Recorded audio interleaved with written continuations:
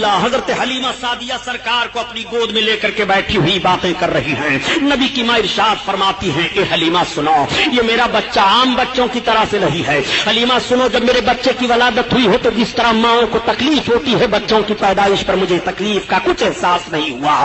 نبی کی ماں بیان فرماتی ہیں اے حلیمہ, میرا بچہ جب پیدا ہوا اور ان کے دادا جان جب لے کر کے کعبہ کی طرف گئے ہیں تو کعبہ جھک گیا ہے. اے حلیمہ, جب میرا بچہ پیدا ہوا تو میرے مکان کے صحن میں آسمان سے چاند اور ستارے جھکے چلے آ رہے تھے. میرا بچہ عام بچوں کی طرح سے نہیں ہے. حلیمہ سے حضرت آمنہ خاتون بیان فرماتی ہیں اے حلیمہ, جب میرے بچے کی ولادت ہوئی تو اچانک میرا بچہ میری گود سے غائب ہو گیا. ایک بادل کا ٹکڑا آیا اور اس میں میرا بچہ چلا گیا. تھوڑی دیر کے بعد آواز آ رہی تھی, یہ امام الانبیاء ہیں, مشرق و مغرب کی سیر کرا دو.